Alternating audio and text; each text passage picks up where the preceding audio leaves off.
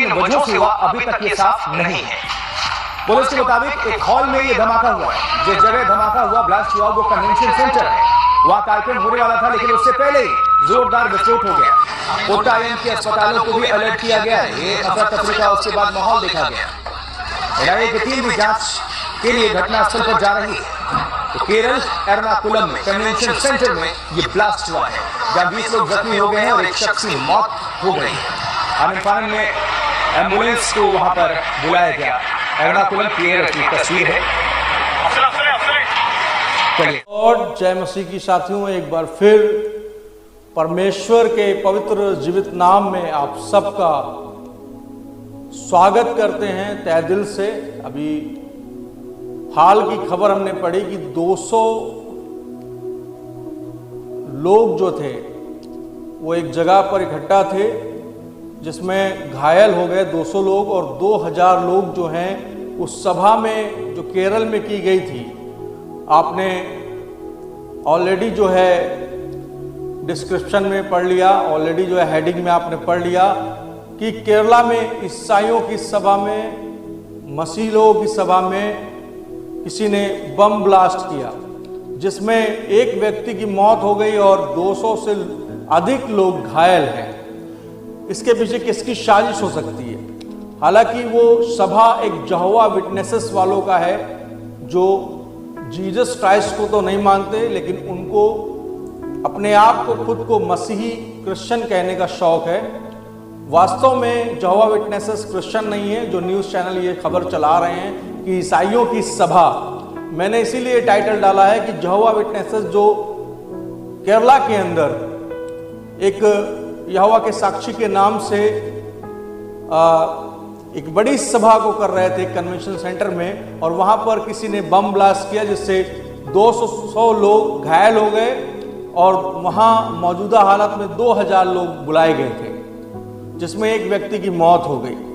वहीं भारत की खुफिया एजेंसियां, भारत की सभी एनएसडी और एनआईए और ईडी, सभी जितने भी डिपार्टमेंट हैं वो वहां पर जांच में लगे। कुछ लोगों का कहना है कि इसके पीछे कुछ पाकिस्तानी और कट्टरपंथी सोच के लोगों का हाथ है, लेकिन मैं कहता हूं कि ये अंत का समय है।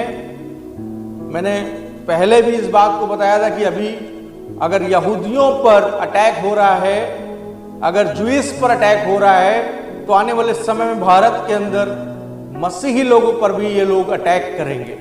ये एक विशेष आतंकवादी समुदाय के लोग हैं, और हम सब जानते हैं कि वो समुदाय का एक ही टारगेट है कि दूसरों की स्पिरिचुअल एक्टिविटी में बाधा उत्पन्न करें। तो मैं आपको बताना चाहता हूं कि ऑलरेडी गवर्नमेंट इस पर काम कर रही है, लेकिन मारे जा रहे हैं जो लोग, वो निर्दोष हैं। इस कारण केरला के जो भी बिलीवर कम्युनिटी के लोग हैं या पीओसी डायसिस की कम्युनिटी के लोग जो काम कर रहे हैं साउथ इंडिया में, उन सब से, और जो पंजाब में हैं उन सब से मैं एक ही निवेदन करूंगा इस संदेश के द्वारा कि आप सब लोग यूनाइट होकर केरला में हुए बम ब्लास्ट में जो मृतक हो गए हैं उनके परिवार की शांति के लिए और उनके जीवन के लिए और उनके सेवकाइयों के लिए प्रार्थना करें, और जो लोग घायल हैं परमेश्वर उन्हें जल्द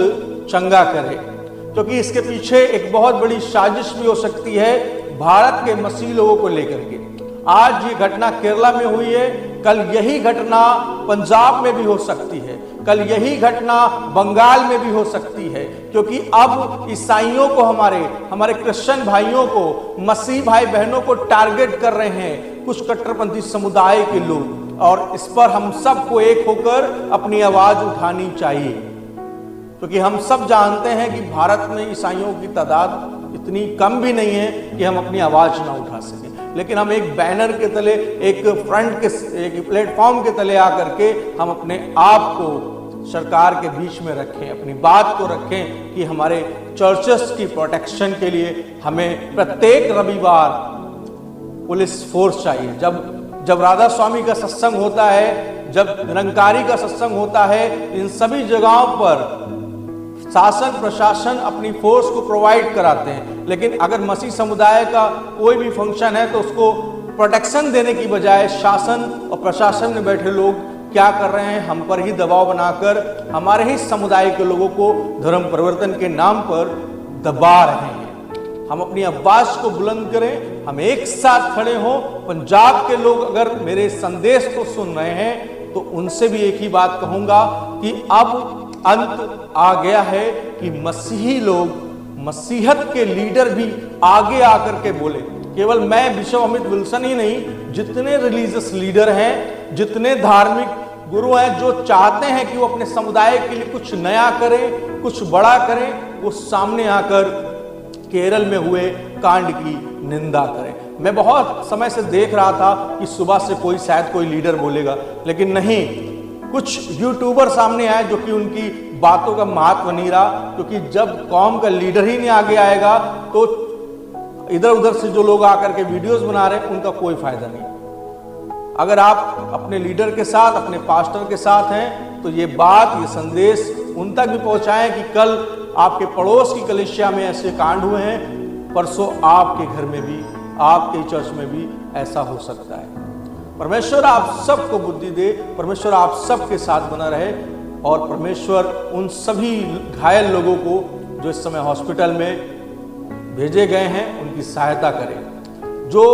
कांड इजराइल के अंदर हमास ने किया है, वही कांड केरला के अंदर जो मिनी इजराइल माना जाता है, मिनी जेरूशलेम क्रिश्चियनों का गढ़ माना जाता है, उसी केरला में एक आतंकवादी गतिविधियों को अंजाम दिया गया है। और हमारे देश की एजेंसियां, हमारे देश के जो शासन प्रशासन है वो अभी अलर्ट नहीं हुए, अलर्ट हो रहे हैं। इस पर गृह मंत्रालय, होम मिनिस्टर ऑफिस और तमाम जो भी मंत्री हैं अपने अपने बयानों को दे रहे हैं, लेकिन कोई भी इस बात को नहीं कह रहा है कि क्रिश्चियन कम्युनिटी भारत के अंदर एक लार्जेस्ट क्रिश्चियन कम्युनिटी है, हम उनको प्रोटेक्ट करेंगे भारत में, ताकि देश में किसी प्रकार का लड़ाई दंगे का माहौल ना बने, वरन शांतिपूर्वक लोग रह सके। लेकिन कोई इस तरह की बात नहीं कर रहा है, सब अपनी अपनी बात को रख रहे हैं। तो आइए हम सब एक होकर के खड़े हों और अपनी बात को रखें और इस संदेश को